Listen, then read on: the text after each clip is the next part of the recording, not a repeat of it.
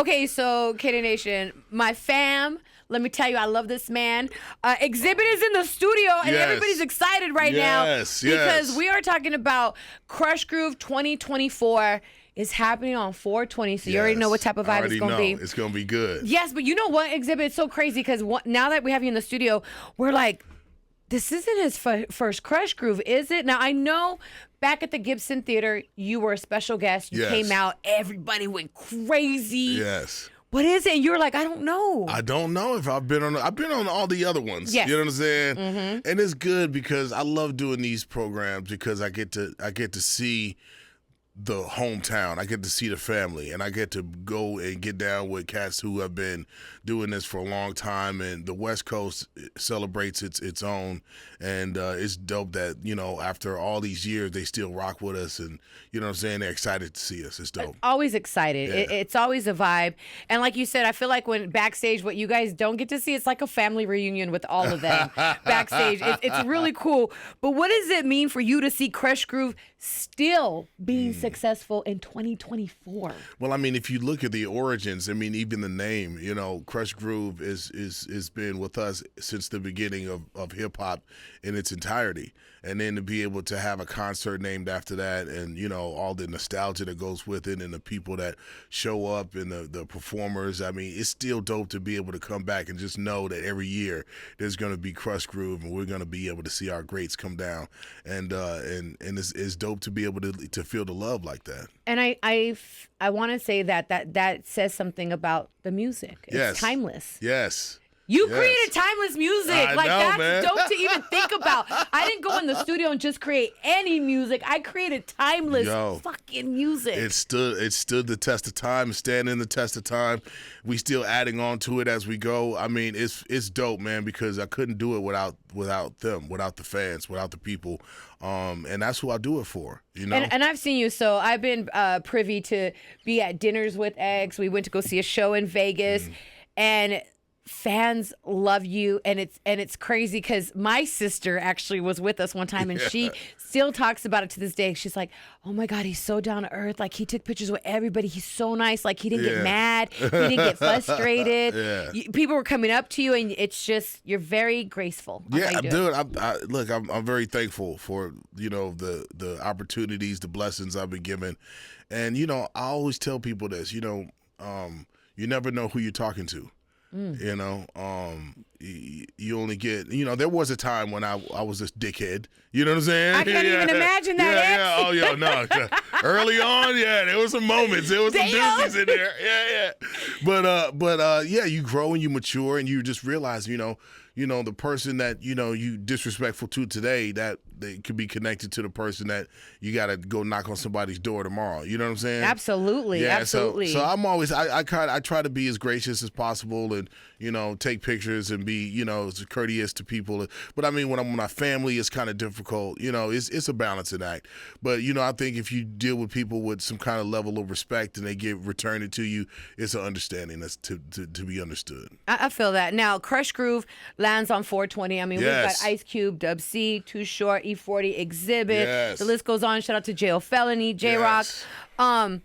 But if you had your own 420 lineup, what would it be? And who would it be? Who would it be on your 420 lineup? Who would be starring in it? Well, I'm gonna tell you what. I miss the days where it was like the smoke out tours was happening. You know what I'm saying? Like, I would just have all the 420 guys that we know in hip hop show up. You know what I'm saying? And they would do their 420 songs. It's okay. So here, let me tell you this too. Okay.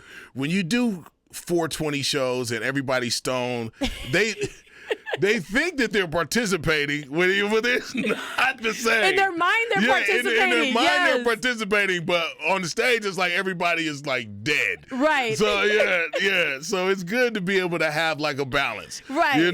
So for a 420 show, I would definitely have Red Bull there. You know what I'm saying? Because it gives you wings. Yes. And but I would have like Meth and Red. I would have, of course, Cypress Hill. I would have, us. I would have Snoop. I would have, you know what I'm saying? Afro Man. I would have, you know what I'm saying? I was thinking of Afro Man right now. Yes. I would have all the guys that show up and get down. You know what I'm saying? Yep.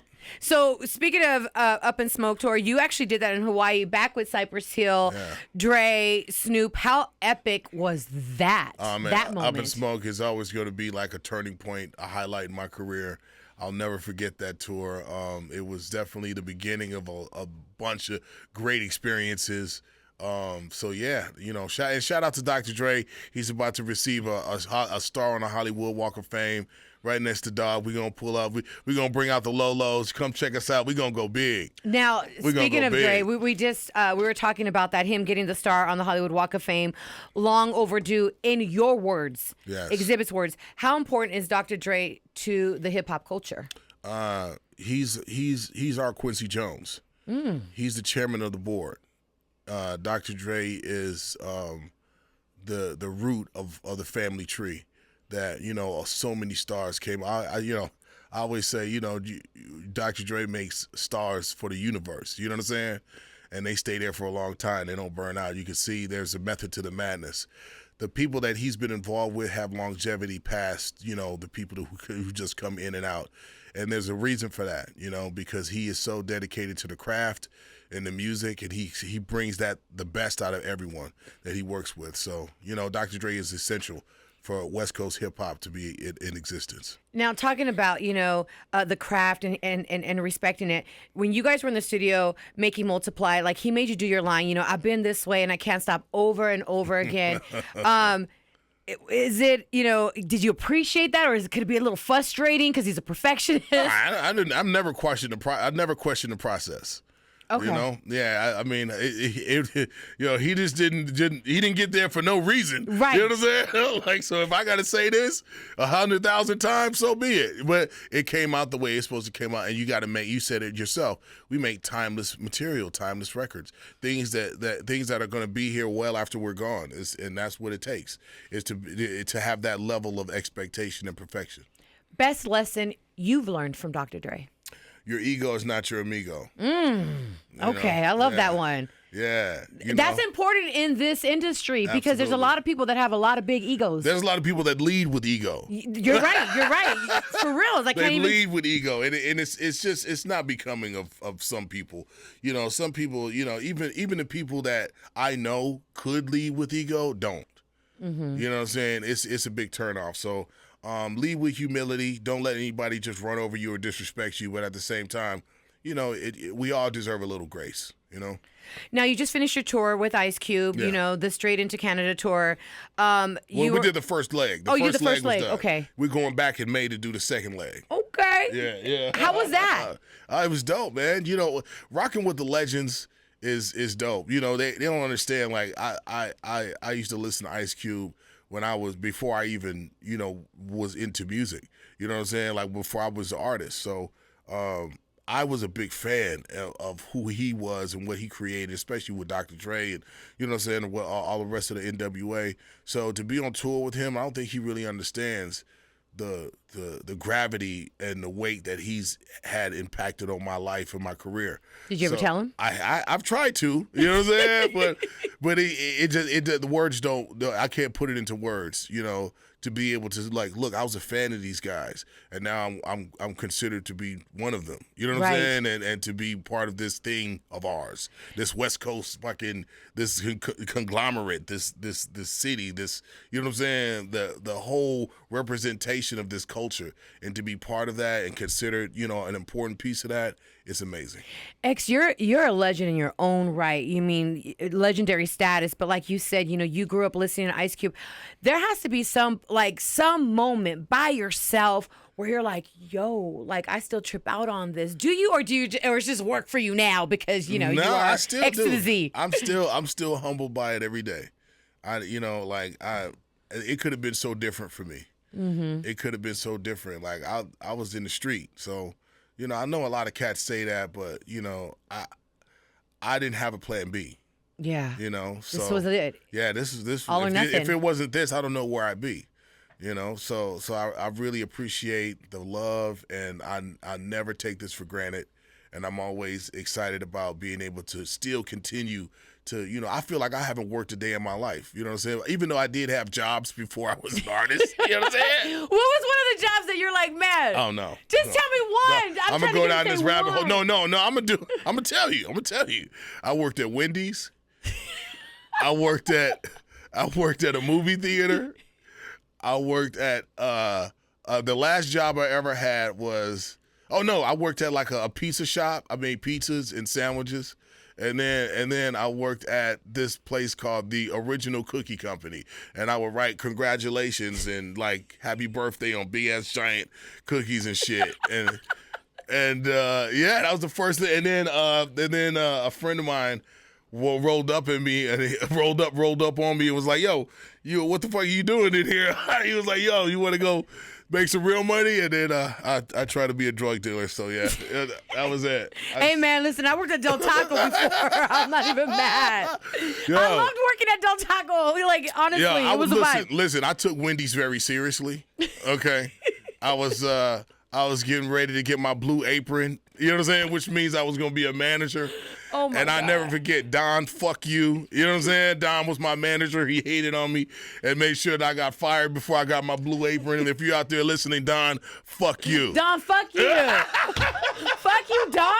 I want my Look where blue. he's at now. Yeah, Exactly. Wendy's almost there. It was back in the day when they had like the super bar. You remember? They had like the nacho shit on there. Yes. The potato shit. And yeah, I kept my station cool. And then look, and I graduated from the super bar to fucking fries. I killed the fries. Then I went to the grill. I got to the grill. And then I was almost to that blue apron. And Don was scared. You was a bitch. You was scared I was coming for your shine, Don. I was coming for my blue apron. And now look at you. Huh? We might let you get some tickets to see him on stage on 420, Don. That's all I'm saying. Hey, what's the vibe like? Like Canada compared to LA? It's cold as fuck out there. It's just like snow. But the fans, like, what is? I mean, I just feel like LA's. Maybe I'm biased because we're from LA, but I feel like there's LA's a big difference in the fans. Really? I mean, but it's hip hop. But they're in their place, and you can just tell that the music has moved them. That's the only difference. Yeah, it's a different region, a different environment, but you could tell that the music has touched them in the same way. So it's good, man. We's out there doing arenas, 11, 15,000 people out there going up, for Don Mega and myself, and it's good, man. It was dope. Is Ice Cube going to be on your new album? Actually. I'm not gonna give out no secret, but I will tell you there are some really dope bucket list moments on this new record. Okay. Kingmaker is coming out April, May. I did a song with Redman and Be Real that's dope. I did a song with Busta Rhymes and Problem that's really dope. I did I got a bunch of like nice vocals on there, man. It's really to me it's a labor of love. I keep letting people know this is gonna be my last solo album. Wait a minute. I get it. You know what I'm saying? Yeah. People always say you can't say that's your last one, but is it? I think. I listen. Yeah. What's bigger than a king, though, right? Yeah. No. Well, actually, it's not about. I named it Kingmaker because it has nothing to do with me sitting on the throne or feeling like I'm some kind of like hierarchy or any kind of powerful anything. This is about a transfer of information. Kingmaker is the album that I made because these are the things, these are the ideas, these are the habits and mindsets I cultivated that made me successful, brought me success. So here I'm gonna pass it to you in a way that I feel is the most creative way possible. Nobody likes to get preached to, now, you know what I'm saying? So I did it the best way I could, and I gave this body of work all of the things that I felt made me successful, and now I'm passing it on to the listeners. So you can do with it what you will. But this is what made me who I am. Right, so if you listen to my other music, it sounds nothing like anything I made before. I think it's refreshing for me to make it, right, and to go out there and actually be excited about making music again. But at the same time, I have other things that I'd like to accomplish in life. Well, that's what I was going to ask you. Like, why do you say it's your last album? I think for the body of work and the time that it's taken to actually, be here and be present for the fans. I do want to be present for my family. I do want to be present for, the other things and other aspects of life that I want to attend to. You know what I'm saying? And, going on tour 6 to 8 months out of the year isn't really, isn't really helpful for that. And I do. I still do music. I'll still produce for other people. There's other groups that I'm in that I want to do. But as far as like putting together an Xzibit album, you know what I'm saying? Like, I don't know. I have to see how I feel about it. This is just my personal question. Cece wants to know for Cece. Yeah. X, like, you're my friend, but I'm not even trying to gas you up. You're a dope ass actor. Like, Yes. you're good. Thank you. But really, really good. Thank you. Are we gonna see you back and doing movies? Because honestly, like, some rappers are good and some are like, okay, no, you're good. Yeah, thank you. You're good at acting. Thank you. I have to work at acting. I have to. The music comes naturally, but I mean, it looks like it comes natural to you. To be honest, well, that's because I saw my first few movies I did, and they were horrible. And so I was like, man, I'm really bad at this. You know what I'm saying? So I gotta really like take it serious. So I started taking acting lessons and doing plays, and I took it serious. Right. So that when I say I have to work at it, that means I have to be prepared for it. And that's what I'm saying. Like, I do have aspirations to get back into film and television, but I want to do it on my term. I don't want to do it because I have to do it. I want to do it because I want to do it, which brings a whole new energy when it comes to actually performance. So when I say that this is my last album, that doesn't mean that I'm going to stop doing things. It just means that I'm going to focus on other things. You know what I'm saying? And you're still going to be touring. I mean, I think I'll always do that. I'll always do that. But I mean, it's like, as far as trying to introduce new music, I feel like the off ramps of where it makes sense for artists like myself and legacy artists to actually be in to do that. I mean, you look at like Killer Mike. Killer Mike just came in, released an album. He funded himself. Nobody, they tried to put him in the ageism class like everyone else, and he swept the Grammys. So there is some like that kind of started changing my thought process, my thought process. Yes. When I say this is my last one, I'd be like, yeah, well, the industry definitely makes it uncomfortable for legacy artists to have their shine. You know what I'm saying? They keep pushing this other stuff that not necessarily, I don't have to compete with that. I just need to do what I do really well. But at the same time, it's like, you could tarnish what you've already done by trying to compete with what other kids are doing. You know what I'm saying? Right. And I call them kids because they're young and they're talking about things that we not necessarily would like to talk about. You know what I'm saying? But our audience is still there. So finding that balance is really rough. I get it. Yeah. Going from, this is going to be your last album. Let's take it to the beginning. You were on M's album. How big was that to be on his album? And I'm like, dang, like, you still got to be collecting some checks, right? I'm just saying. Yeah. Hell yeah. Why not ask? It's good. I mean, like, all of those records, we didn't know they were going to be those big of impactful records when we were doing it. It only did that once they were out, and then when it kept growing bigger and bigger and bigger and bigger, it's like, wow, like, we're all friends. We just admiring each other's craft. And right. So when we get in there and we actually just making the records, we're having fun. And so when those records came out and they performed the way they performed, it was like, wow, it's flattering. It's really flattering, and it's humbling.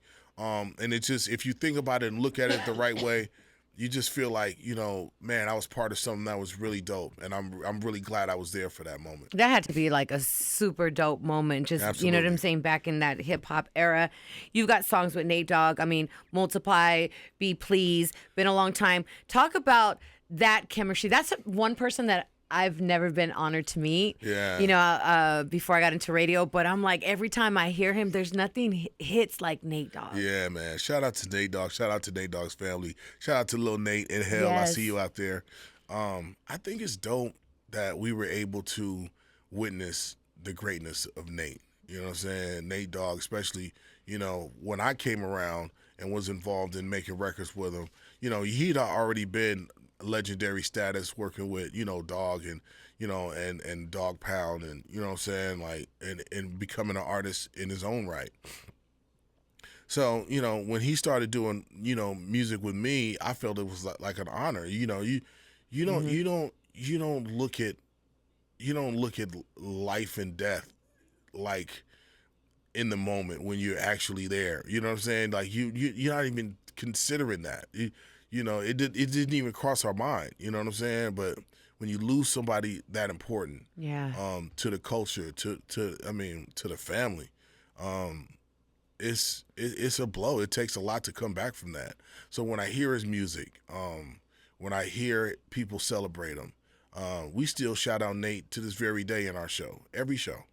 I love that. He's just that important to us. It's respect. Yeah. It's all about respect. Now, when you did What's the Difference, Dre, you guys all spit bars.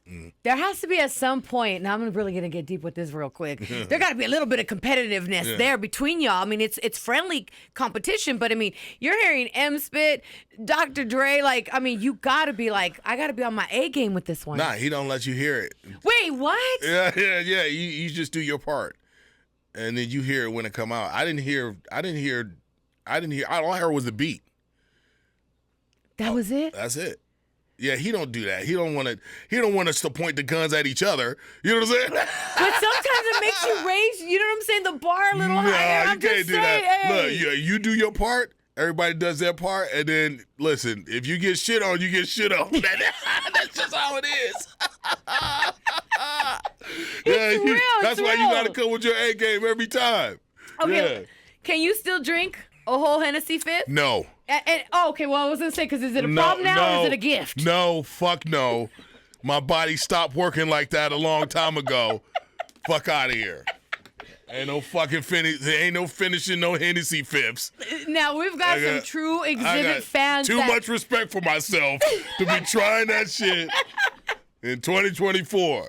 Well, we'll say now it's a problem. I'll have a Henny or Coke. You know what I'm saying? Like, I have a drink with you. DRANK, a drink. But I ain't drinking a whole Hennessy fifth. Damn. Hey, I got kids, nigga. Fuck that. We got real, Xzibit fans that work here at KD, truly big fans that work here. So when they knew you were coming in, they're like, CC, please ask him, is there anything new with the Liquid Crew? Yeah, actually, it's dope because King T is on my new record. He has the actual King T and Code 187 have a solo record on my record. It's really dope to hear him energetic. They have the Liquid Crew has a new IPA beer that's in stores right now. It's called Liquid Brew, and it's out there. I like seeing my brothers branch out and put other irons in the fire. Branding is really big to me. So when I see my brothers out there doing something like that, shout out to Montage One, shout out to the Liquid Crew, Alcoholics, King T.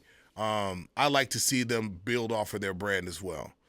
So they got an IPA brew that's out there. It's called Liquid Brew. Check it out. You can find it. Support them. Top 3 Xzibit songs. Oh, shit. That's a good one. Everywhere I Go.